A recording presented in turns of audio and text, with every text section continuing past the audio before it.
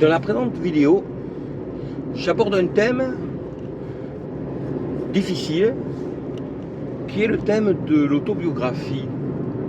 Lorsque l'on fait une autobiographie, le but n'est pas de parler de soi, le but n'est pas de raconter sa vie. Le but est de faire une synthèse de ce qui peut être utile à d'autres personnes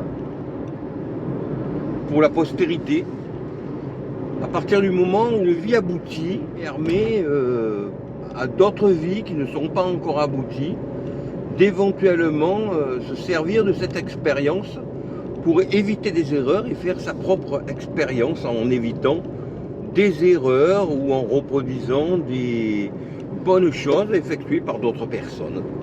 Voilà tout simplement à quoi sert principalement l'autobiographie.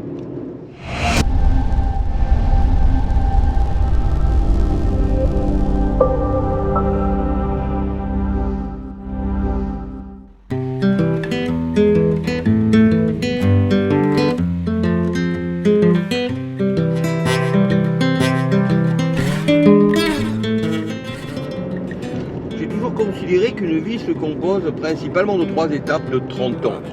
Jusqu'à l'âge de 30 ans, on vit un âge d'insouciance correspondant à une certaine jeunesse. De 30 ans à 60 ans, on vit un âge où on est dans la force de l'âge. Et ensuite, jusqu'à environ 90 ans, pourrions-nous dire, arrive l'âge d'une certaine maturité où l'on tire les conséquences de ce que l'on a fait ou de ce que l'on n'a pas fait, de la vie que l'on a eue, sachant qu'à partir de cet âge, on se dit déjà que un jour, il faudra quitter ce monde. Et après 90 ans, lorsque l'on arrive à ce bel âge, je pense que l'on se dit que l'on a du bonus et que l'on n'en a forcément plus énormément. Voilà donc pour les différents âges de la vie, pour ce qui me concerne.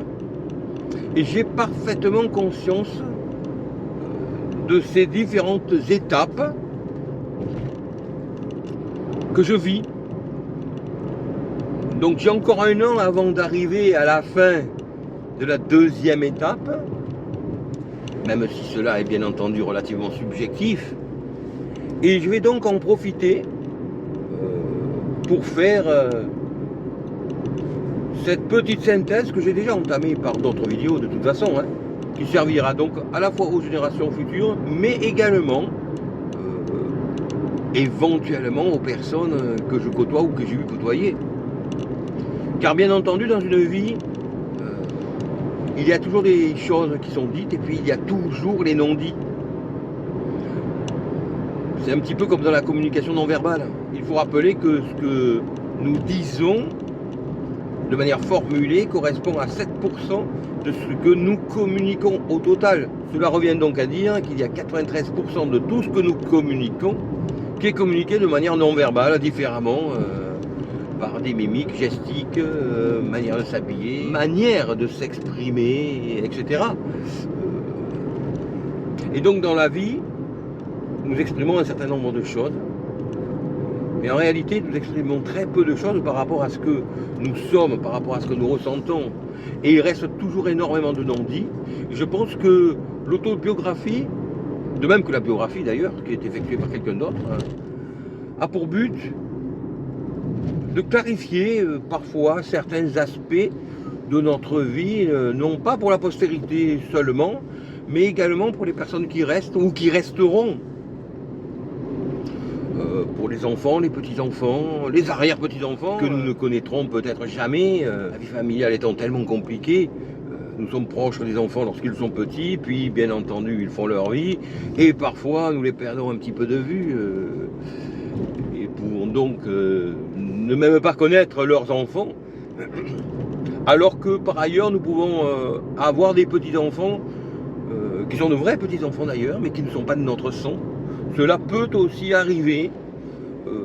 Donc il peut y avoir des petits-enfants ou arrière-petits-enfants que nous n'aurons jamais connus et dont nous n'aurons jamais connu l'existence d'ailleurs, mais qui eux forcément sauront qu'ils ont un grand-père, un arrière-grand-père qui a eu existé, dont ils auront entendu des échos finalement rapportés par les uns et les autres, mais sans vraiment savoir ce qu'est vraiment ou ce qu'aura été ce grand-père ou cet arrière-grand-père. Alors à l'époque actuelle où on a la possibilité de laisser des traces vivantes comme ces vidéos, je trouve que c'est une grande chance, parce que cela leur permettra finalement, s'ils s'interrogent sur qui auront été leurs ancêtres, d'avoir un témoignage vivant. Et c'est quelque chose que je trouve extrêmement intéressant. Donc une autobiographie est également quelque chose d'intéressant pour les personnes qui nous ont eu connus, mais pas simplement des personnes de la famille, également des personnes d'un certain entourage à une certaine époque, qui n'auront pas forcément perçu notre vie telle qu'elle a réellement été, tout simplement. Parce qu'il y a toujours une partie cachée, une partie secrète, qui sans être inavouable, car à un moment donné de sa vie, à part lorsque l'on a commis des choses horribles, il y a peu de choses sinon qui sont réellement inavouables, tant que l'on n'a pas fait de mal. Donc pour ma part, comme je l'ai toujours dit, ayant toujours fait au quotidien au mieux de ce que je pouvais faire, il n'y a en réalité absolument rien au quotidien, jour après jour dans ma vie, dont je puisse avoir honte, et ça c'est une grande chance. Il peut tout au plus y avoir des choses que des personnes un petit peu jeunes, ou alors un petit peu limitées dans leur esprit, ne peuvent pas forcément comprendre. Mais à part ça, j'ai la chance d'avoir eu une vie où tout ce que j'ai eu fait a toujours été fait en conscience, au mieux de ce que je pouvais faire et de ce que j'avais à faire. Et donc, ce qui est intéressant, c'est que dans cette autobiographie, je vais pouvoir parler de tout. Mais quand je dis de tout, c'est vraiment de tout. Puisque, comme je le disais, il arrive un âge où finalement, il n'y a plus papa-maman dont on a peur et à cause de qui on ne peut pas dire ci ou ça. Parce que l'on aurait peur de quelque réprobation que ce soit. Pour ce qui me concerne, il n'y a plus personne dont je puisse craindre quelque réprobation que ce soit. Et donc, j'ai cette grande chance de pouvoir tout exposer au grand jour, en toute honnêteté, sachant que, encore et toujours, et je le répéterai toujours, j'ai eu la chance, et je l'expliquerai à un moment donné, j'en expliquerai la raison, mais j'ai eu la chance d'avoir une conscience exacerbée, que l'on peut appeler une hyperconscience très jeune, à l'âge de 18 ans, suite à un accident, pourrions-nous dire, qui a fait qu'ensuite, au quotidien, chaque jour, j'ai fait attention de toujours faire de mon mieux. Et c'est ce qui me permet maintenant d'aborder en toute sérénité cette vie que j'ai pu avoir, que je résumerai en disant qu'elle a été extrêmement riche en fait. Elle a été extrêmement riche du fait que je n'ai cessé d'expérimenter la vie pour mieux en comprendre les fondements. Sachant que ce qui caractérise notre vie incarnée par rapport à une vie non incarnée, c'est la possibilité de pouvoir ressentir les choses, percevoir, sentir les choses avec un corps. Alors que sinon, si nous n'avons pas ce corps, ne serait-ce que pour sentir les goûts, les odeurs, eh bien nous n'en avons qu'une idée. Et que l'idée des choses n'est pas la perception physique que nous pouvons en avoir. L'expérimentation sensible n'est pas l'idée que nous pouvons avoir des choses.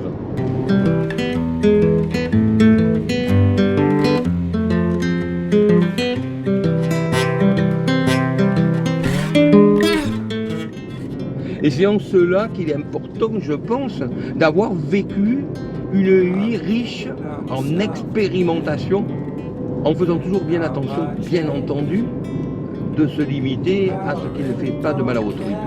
Ce que j'ai toujours fait.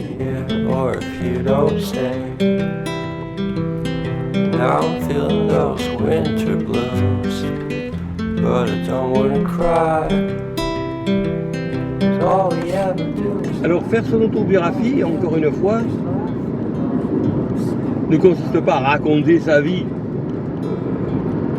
pour satisfaire une sorte de voyeurisme, ni pour faire une mise au point avec des personnes avec qui on aurait à le faire. L'autobiographie dépasse totalement toutes ces notions-là. L'autobiographie est une expérience humaine d'un humain parmi les 8 milliards d'humains qui sont actuellement en vie,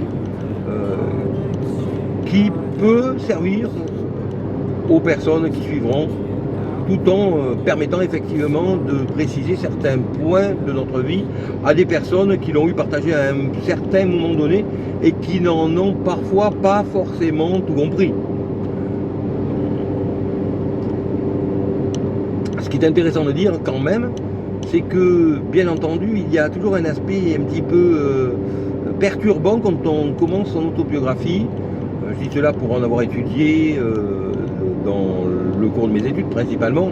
Il s'agit du fait que l'on raconte sa vie comme si on avait une importance que n'ont pas les autres, alors que cela n'a rien à voir. On se dit que malgré tout, on a effectivement une importance, qui est l'importance qu'ont tous les humains qui ont vécu une vie en essayant de faire que celle-ci ait une certaine valeur. Toute vie ayant a priori une certaine valeur de toute façon, mais il y a des personnes qui s'appliquent un petit peu plus que d'autres à ce que leur vie, à ce que leur pensée ait une signification, ce qui est mon cas. Je dirais que cela est un petit peu plus le cas lorsque l'on s'applique à approfondir le monde de la pensée, contrairement à beaucoup de personnes qui s'y seront beaucoup moins intéressés et qui auront laissé filer les jours sans s'en inquiéter et sans essayer de leur donner une certaine valeur. Pour ma part, j'ai toujours essayé de faire que chaque jour soit une journée de vie à part entière, et je vais en expliquer les raisons un petit peu plus loin. Donc, pour terminer sur ce point-là en préambule, lorsque l'on commence une autobiographie, il n'y a pas de prétention. On fait le point sur la vie que l'on a menée, non pas en se croyant plus que ce qu'ont été les autres, même si cela peut exister bien sûr. Mais la plupart du temps, je prendrai des exemples comme Kafka par exemple, ou comme Nietzsche, qui sont deux auteurs et philosophes pour le deuxième, qui ne se tenaient pas forcément en très grande estime. Personnellement, en ce qui concerne Nietzsche par exemple, il s'agissait d'un personnage chétif, malingre. Il en était de même pour Franz Kafka, qui par rapport à son père, qui était une force de la nature, n'avait jamais pu prendre le dessus, s'affirmer en tant qu'homme, et donc n'avait pas forcément une très haute opinion de lui, puisqu'il avait demandé à son ami Max Brod de brûler toute son œuvre s'il disparaissait, ce que n'a pas fait bien heureusement Max Brod. Mais il s'agissait donc d'une personne qui couchait sur le papier le fruit de ses réflexions, ce qui ne voulait pas dire qu'il se sentait supérieur. Bien au contraire, si on considère une de ses œuvres qui s'appelle Le Procès, il s'agissait du procès qu'il a fait à son père, avec qui il était en conflit et avec qui il n'avait jamais réussi à résoudre les conflits internes qu'il avait avec lui, alors que son père lui-même n'en avait peut-être pas avec son fils d'ailleurs. Et donc Franz Kafka n'était pas forcément quelqu'un qui se tenait en très haute estime, et pourtant c'est quelqu'un qui a quand même couché sur le papier un certain nombre de choses qui ont existé dans sa vie et qui ont été très intéressantes par la suite, à tel point d'ailleurs qu'il a laissé son nom à la postérité avec la notion de monde kafkaïen, qui est une notion tout à fait particulière dont la paternité lui revient. Donc Franz Kafka était une personne comme nous tous, ni plus ni moins, mais qui a laissé une notion à la postérité. qui est très intéressante et qui l'a enrichi. Il ne pouvait pas le savoir, il ne pouvait pas l'anticiper du tout. Et il y a une foule d'autres personnages comme cela qui ont vécu leur vie en faisant de leur mieux, en laissant des traces à la postérité sans jamais savoir si ces traces-là ne tomberaient pas dans l'oubli et donc sans jamais savoir si elles seraient utiles peut-être un jour à la postérité. Alors je constate que c'est vraiment difficile de commencer quand même. C'est difficile parce que par quoi commencer? Raconter son père, sa mère, etc. Oui, c'est pas notre vie. Et donc pour commencer, je dirais même que oui, l'enfance que nous avons eue finalement est une sorte de gestation de ce que sera notre vie future. Donc en ce qui me concerne, j'ai eu une enfance relativement habituelle, avec des parents, des frères, l'école, les vacances. J'ai eu des parents qui ont fait de leur mieux pour nous élever au mieux, c'est certain. J'ai eu des frères qui étaient des petits frères, comme tous les petits frères. Je viendrai sur certains aspects éventuellement par la suite, mais rien de particulier a priori. Ce qui est un petit peu particulier, je dirais, je l'ai découvert à la mort de mon père, c'est-à-dire au moment où celui-ci, ayant une leucémie aiguë myéloblastique, passait toujours plus de périodes hospitalisées. Et vers la fin de sa vie, j'allais le voir quasiment tous les jours, il m'a eu parlé de différentes choses concernant ma naissance, en particulier du fait que ma mère, qui était à l'époque une grande pianiste, qui remplissait les grandes salles parisiennes, était une sorte d'étoile, et que lui était un admirateur qui avait réussi à rencontrer l'étoile, et que j'étais arrivé suite à cette rencontre qui avait donc grisé la vie d'artiste de ma mère. Et c'est donc à la fin de sa vie que j'ai découvert, s'il avait été un père très dur avec moi, cette dureté cachait une autre dureté qui était la dureté de la personne qui plus ou moins avait sacrifié sa vie en considérant qu'à partir du moment où il avait mis au monde un enfant, sa vie il avait donc assumé en vivant dans un monde, le monde méditerranéen, qu'il n'aimait pas puisqu'il était parisien. Il n'en aimait pas l'esprit, il n'en aimait pas la culture, il n'aimait pas les gens, et il avait malgré tout vécu toute sa vie dans ce monde qu'il n'aimait pas pour être là, pour ce fils que j'étais. Alors bien entendu, cela avait suscité une sorte de hargne chez lui, qui s'était reporté sur moi, et que j'avais très mal vécu tout au long de ma vie. Et ce n'est qu'à la fin de sa vie, alors qu'il était hospitalisé, que je le voyais parfois seul dans sa chambre, qu'il a pu m'expliquer cela, et que j'ai compris. Et cela m'a fait comprendre une chose extrêmement importante qui m'a motivé pour faire cette autobiographie, c'est qu'en fait on peut passer toute sa vie en passant à côté de certaines réalités et que c'est dommage. Parce que certaines réalités cachées peuvent en faire surgir d'autres qui sont finalement totalement fausses. Entre autres là, la réalité d'un père dur avec son fils, dont la dureté n'était que l'expression de sa propre dureté pour s'infliger l'obligation d'assumer. Cela est peut-être important quand même, en ce sens que le fait d'avoir été élevé par un père et une mère, mais un père très dur, a fait de moi également quelqu'un de dur, forcément. Puisque j'ai dû être moi-même très dur avec moi, pour arriver à ce quoi j'ai pu arriver grâce à cette dureté, à quoi je ne serais jamais arrivé autrement, bien entendu. Donc ce qui est paradoxal, c'est de se rendre compte que lorsque l'on réussit grâce à la dureté de quelqu'un à qui l'on en a voulu pour cette dureté, sans qui on ne serait pas arrivé à ce à quoi on est arrivé. Et c'est là que l'on se trouve face à un paradoxe intéressant, qui a été le paradoxe de ma vie avec mon père. Donc, s'il n'y a pas vraiment de choses très importantes sur lesquelles je puisse revenir dans mon enfance, cela fait partie quand même des choses sur lesquelles il faut revenir, car c'est ce qui a fait que vers 13-14 ans, j'avais envie de partir de chez mes parents tout en réussissant ma vie. Et donc la seule solution, bien entendu, c'était de ne jamais redoubler afin de réussir ses études le plus rapidement possible.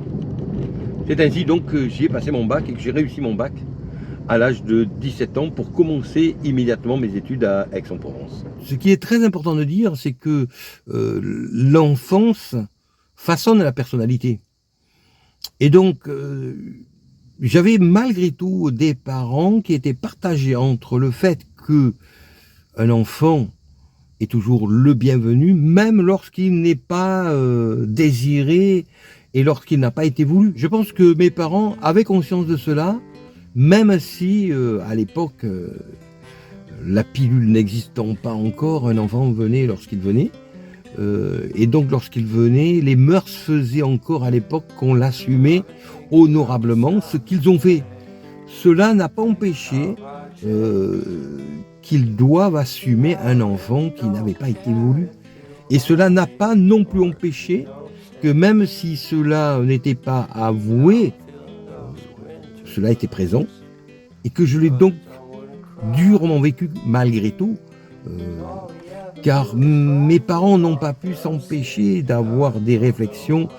Je me rappelle à l'âge de 5 ans, lorsque j'étais un petit peu turbulent, comme tout enfant en situation un petit peu difficile, s'entend dire si on avait les moyens, on se débarrasserait de toi. Si on avait les moyens, on te mettrait en pension. Bien entendu, cela n'était pas une vraie réalité. Je ne pense pas que mes parents l'auraient fait, quoique, je ne sais pas en fait. Mais cela laissait transparaître le fait qu'ils assumaient un enfant qu'à la base ils n'avaient pas voulu. Et ce qui est important, c'est que, bien entendu, à cette époque-là, les enfants naissaient souvent de 3 ans en 3 ans, du fait que, à l'époque, la CAF permettait, lorsque l'on était jeune, de survivre, tout simplement. Donc si le premier n'avait pas été voulu, le deuxième et le troisième en général l'étaient.